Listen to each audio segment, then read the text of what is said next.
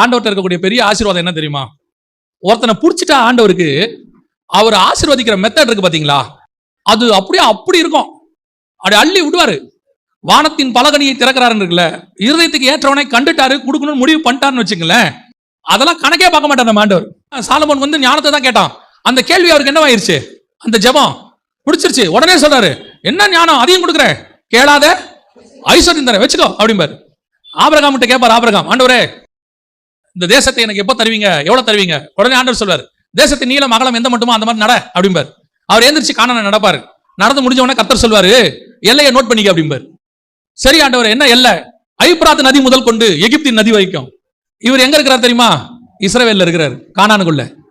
கானான்ல எவ்வளவு நடந்தோ அதான தரணும், அதான மெத்தடு. கொடுக்கும்போது எப்படி கொடுப்பார் தெரியுமா? 13ஆம் அதிகாரம் 15ஆம் அதிகாரம் ரெண்டுல இருக்கும். நீங்க அப்புறம் வாசித்து பாருங்க. ஆதியாகமத்துல ஆண்டவர் சொல்வாரு, ஐப்ராத் நதி முதல் கொண்டு எகிப்தின் நதி வரைக்கும் அள்ளி கொடுக்குறாரு.